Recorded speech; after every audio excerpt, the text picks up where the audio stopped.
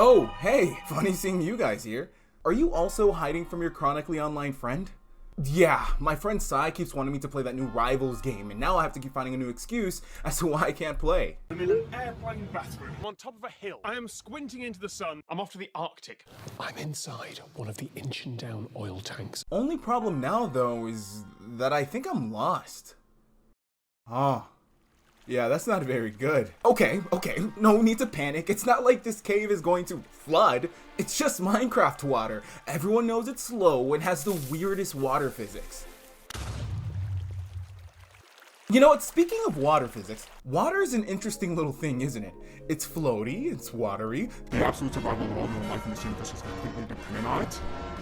Yeah, it's pretty good, 5 stars. Heck, a significant part of human lore has to do with this blue stuff.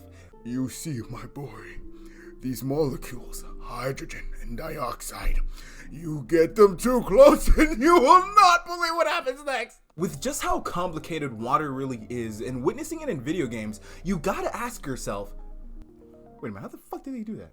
Well, let me tell you, I talk a lot when I'm nervous and things over here aren't looking so good. So why don't we explore the evolution of water in video games?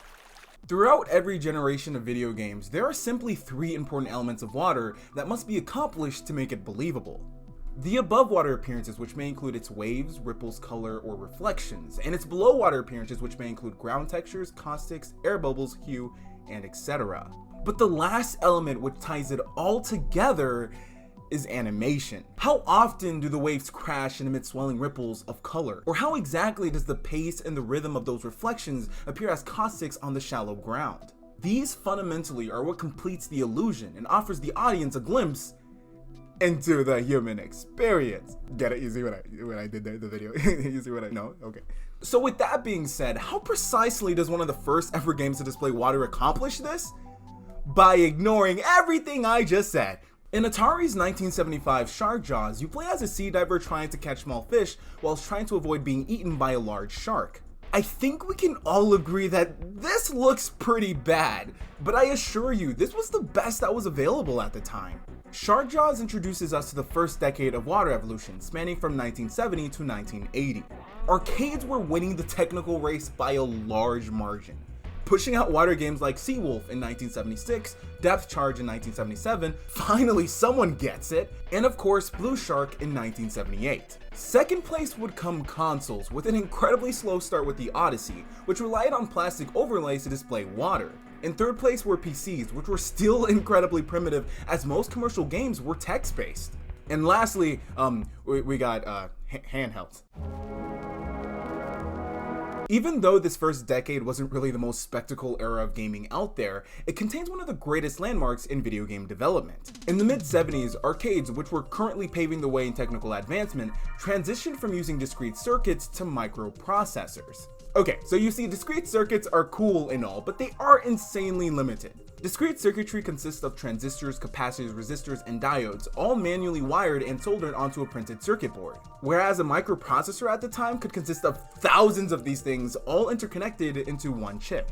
Yes, by the way, you do have to memorize all of this. There's going to be a quiz at the end. Because of this, in discrete circuitry in the context of arcade games, there was nothing really to code. Many pre-1975 games like Pong didn't use a single line of code, but rather relied on a large, complicated hardwired circuits. Here, if you didn't understand that, discrete circuits are basically like redstone builds. The redstone dust are like wires, and these repeaters and comparators are like transistors, diodes, and yada yada yada. Basically controlling the flow of electricity.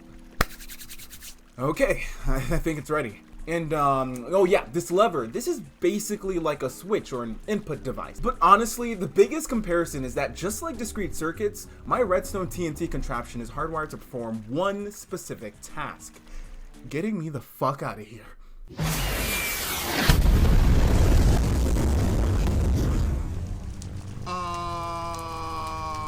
Okay, we are cooked. Yep, we are absolutely cooked, chat. GG. So, yeah, now that microprocessors quickly became the standard thanks to Midway and their game Gunfight, water in video games could take things to the next level, like animating a fish that can semi-properly change orientation. So to sum up the first decade, the mainstream method to make water was literally not to make water but imply it. The only element that was largely accomplished was below water appearances. I mean, where else would you see a shark, little Timmy? Use your imagination. Technical limitations and developers trying to make the best graphically yet budget-friendliest product pulled them back a lot. As the second decade rolls around, arcades are still winning the race miles ahead of the others. But what I will say is that consoles definitely started trying a lot harder, and actually gained some distance with the Atari 2600 back in 1977. Color was an incredibly big deal for the Atari 2600, and it took them until about the early 80s to attempt water games like Fishing Derby in 1980 and Ocean Defender in 1983. I mean, look at that! Okay, so we got above water appearances like ripples and below water appearances like the blue hue in fishes, and bringing it all together is decent animation for the time. But arcades didn't let consoles celebrate for a minute. Arcades quickly shut that shit down by figuring out true RGB colors after experimenting with the successful Galaxian. And that wasn't it. Arcades said, Another one. although the water in this game isn't as impressive as Fishing Derby, Frogger relied on an upgraded version of RGB implementation with the Z80 processor, capable of displaying more colors than what was possible on the Atari. A better comparison would be Jungle Hunt on the arcade and its Atari 2600 counterpart. Outside of arcades and consoles, PCs finally learned what graphics were and produced one of their first graphical games. By 1984, PCs pretty much had a foothold, implementing water with some creative tricks to create the illusion of waves. Though, that being said, they were still pretty behind. And handhelds actually took their first baby steps with the Game & Watch series. Okay, let's see what else was happening in the 80s. I guess Atari crashed out and pretty much caused the video game crash of 1983. Nintendo did the impossible and saved everything with the NES. The Berlin Wall. Oh crap, I missed something. Oh yeah, Super Mario Bros. Although Super Mario Bros. Wasn't close to having the best graphics at its date of release, I mean, look at that. Arcades were pretty much experimenting with pseudo 3D. What Super Mario Bros. Did is that it would give water a natural home in video games with its famous World 2 Stage 2 underwater level. Now this changed everything. Water would become an essential part of stage exploration. Games would find underwater levels to be a place to introduce swimming / new movement mechanics, puzzles, new characters and worlds, and as a way to increase game versatility and immersion. Though last, but certainly not least, Super Mario Bros. Started the trend of underwater music, in which Nintendo would continue to lead from here. I mean, listen to that!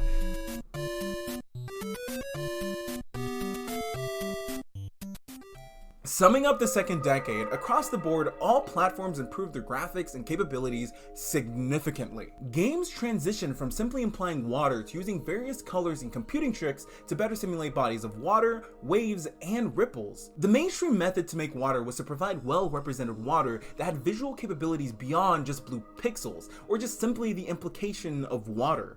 Well, as you can see, I'm still facing the consequences of my actions. But from what I can remember, the third generation of water evolution is crazy. Like something straight out of Game of Thrones, filled with competition, heavy losses, and unimaginable battles. Anyway, so I just spent all my resources trying to build this elevator. You see, once this bad boy gets going, it'll shoot me towards the surface and right out of this cave. And I know what you're thinking. How will you breathe? Well, duh, I got a door. It doesn't take a rocket scientist to know you can breathe underwater with this thing. Anyway, back to my elaborate and questionably necessary plan for getting out of this cave so I don't drown underwater when this cave fills up.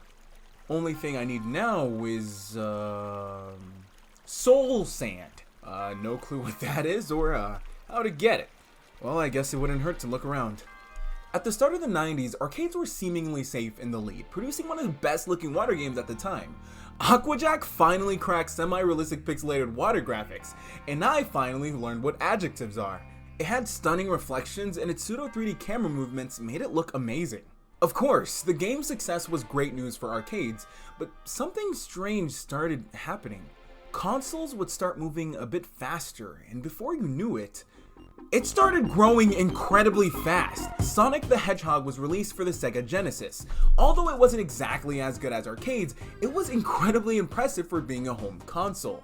The water in Sonic was beautiful and vibrant. It used various graphical tricks that gave it a pseudo 3D look. The game included many above water appearances like waterfalls and ripples, which were cleverly animated. Although its below water appearances weren't too special, it was definitely a step up from Super Mario Bros., including a lot more detail, background, a hue, and more dynamic air bubbles. Consoles started hitting on arcades hard. Sonic the Hedgehog did a number on them, though, I mean, they were still standing. But then Echo the Dolphin released.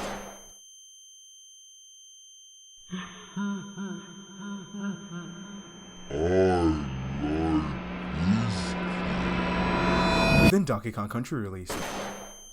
With things getting so close between arcades and consoles, arcades had just one more trick up their sleeves: 3D graphics. By the 90s, 3D graphics weren't necessarily unheard of. iRobot in 1983 experimented and actually created the first real-time rendered 3D polygonal graphics. Yep, still know what adjectives are. But even though this was a technological breakthrough, the game was a financial flop. Mainstream graphics are the result of successful experiments leading the best, safest techniques to produce a commercially profitable game. And since iRobot failed, 3D remained to be an incredibly risky investment. It wasn't until 1988's Winning Run, an arcade game made exclusively with an arcade board designed for 3D polygonal processing. This was when things took a turn for the better. The water looks really bad compared to other games of the late 80s, but it was a financial success. It perfectly paved the way for arcade's golden child and secret weapon, Virtua Fighter. Virtua Fighter immediately became one of the best-selling arcade games of its time. Although the water in this game was equivalent to background images of blue and pond, it contained a brilliant technological breakthrough: Sega's polygon processor, the Model 1. The Model 1 was capable of displaying 180,000 polygons per second at 60 frames per second. While the microprocessor for Blue Shark consists of thousands of transistors, the Model 1 is approximated to have hundreds of thousands. This was the game that convinced everyone that the future of video games existed in 3D graphics. So after all of that, home consoles literally said, "I bet," and fired back with the Nintendo 64. By the next year, Nintendo would release some of the biggest games that would break the boundaries of how water was thought of in video games. Those games being Super Mario 64 and Wave Race 64. Super Mario 64 would bring the underwater level concept to 3D. It displayed above water appearances like a stagnant, unmorphing flat texture that moved across the water, giving it an illusion of ripples. It displayed 2D splashes after jumping into the water, accompanied with 2D air bubbles that had a popping animation when reaching the surface. It also had 2D ripples tracing after swimming on the water's surface. The below water appearances included sometimes a haze, fish, and a satisfying swim animation. While the sound work was pretty solid, the music absolutely stole the show. Dire Dire Docks completely immerses you into the underwater world. Somehow Koji Kondo was able to capture the relaxation and feeling of being completely submerged underwater into song. Wave Race 64, unlike Mario, had above water appearances that warped and deformed into actual waves and ripples. And the game's cherry on top is the game's physics simulations, allowing the speedboat to react incredibly well to the waves. The fight between arcades and home consoles were genuinely at its peak, with arcades throwing one of the last biggest blows of the 90s, the Ocean Hunter. Utilizing Sega's Model 3, the Ocean Hunter truly looks incredible. Every aspect of its water is a spectacle. The view of the surface from the bottom of the ocean, the textures and animal models, and incredible detail, it honestly looks ahead of its time. Though with how good the game looks, it embraced something that was killing it a lot faster than consoles could ever have. A limited pay-per-play structure fixed to a 30-minute experience with a locked camera set path. While arcades and home consoles were battling it out, PC games made the jump from somewhat detailed raster graphics to entire 3D games with 3D water in just about 5 years. Their growth was absolutely insane in the 90s, so much so that it became very clear that whoever takes the lead would definitely be facing PC games next. By 1998, the release of Half-Life 1 provided above-water appearances like well-animated subtle ripples. Jumping into the water wasn't too advanced, but included below-water appearances like a murky haze and 2D air bubbles. Similar things can be said about Subculture in 1997, except for its impressive surface effects like its use of sun rays. Handhelds finally were making mileage in the 90s. They finally tapped well into 8-bit games, releasing games like the Game Boy's Little Mermaid and the Game Gear's version of Sonic the Hedgehog. Into the new millennium, the battle between arcades and home consoles raged on. Arcades were still coming out with breathtaking water-based games, like Sega Marine Fishing in 2000 and Let's Go Jungle in 2006. But with each new release came that cruel reality. They carried that double-edged sword. The business was quickly losing money and investment, and because of that, they struggled to improve their graphics. Consoles would eventually match arcade's level of graphic fidelity around the time of Echo the Dolphin Defender. You know, since the dawn of water in video games, arcades have always been the symbol of video game culture and represented the peak of cutting-edge visuals. But the tide was shifting. Video games were evolving, and the arcade business model was brought to its last steps. Consoles finally started surpassing arcades with Super Mario Sunshine in 2002 and Far Cry 1 in 2004, making home consoles from Nintendo, Xbox, and PlayStation leaders in graphic fidelity. Arcades passed the torch and started to quickly slow down in the race.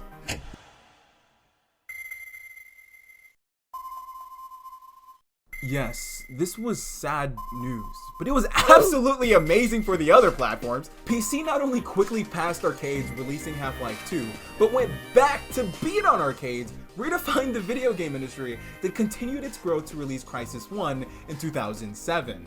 Crysis 1 is absolutely beautiful. Its above-water appearances are the most advanced we've seen so far. Utilizing the engine, CryEngine 2, it contains realistic fluid simulations in which the ripples project a caustic effect on the ocean floor.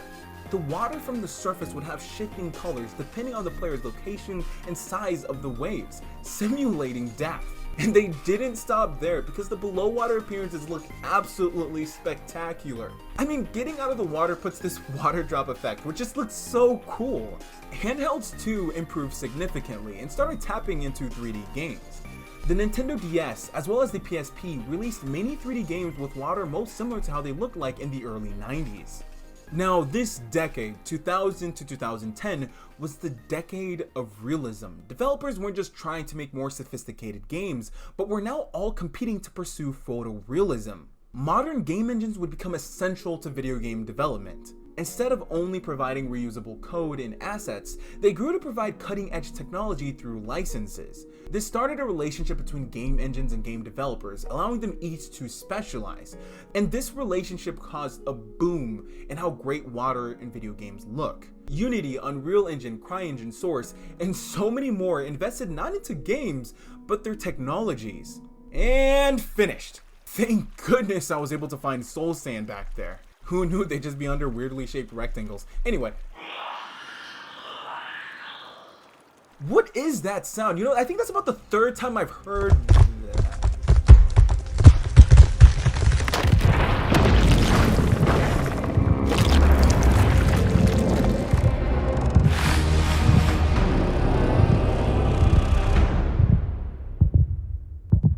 Huh. Yeah, that's not very good.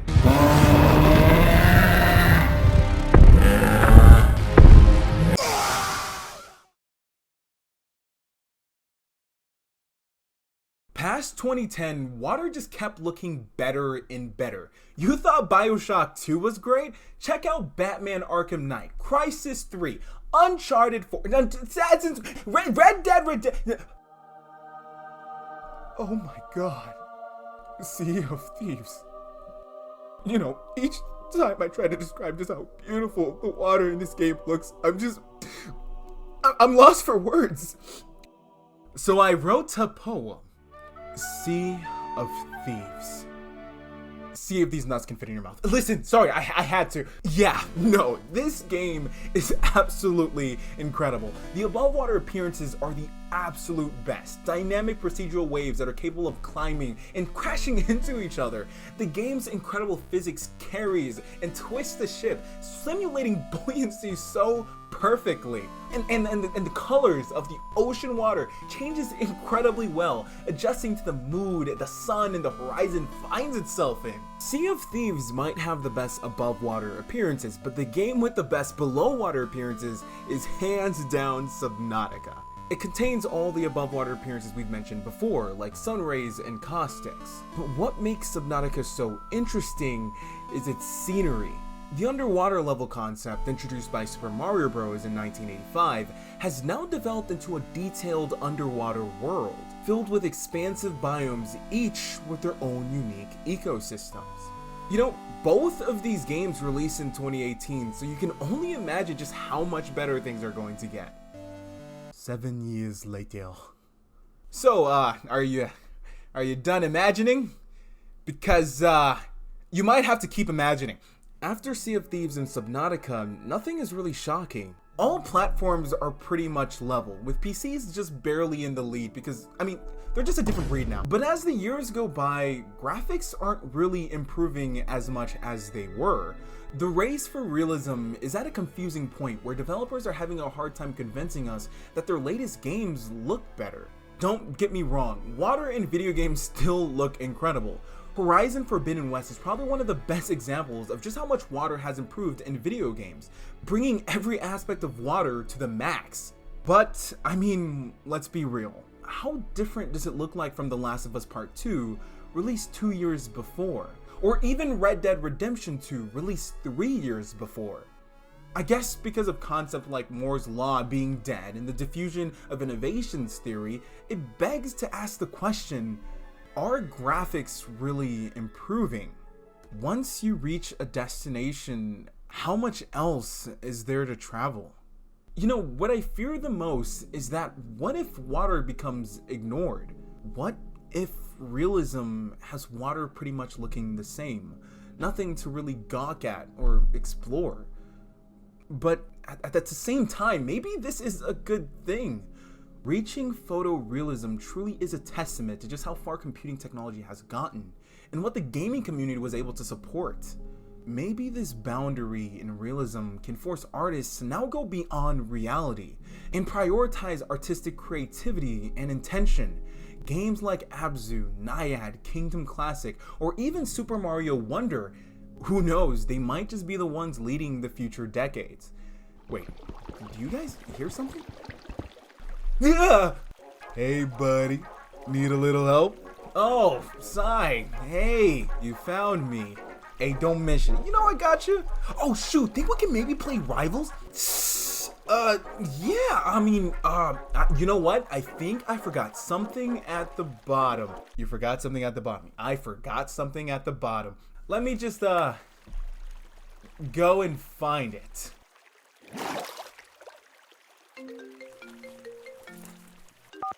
I'm not inside a fusion reactor.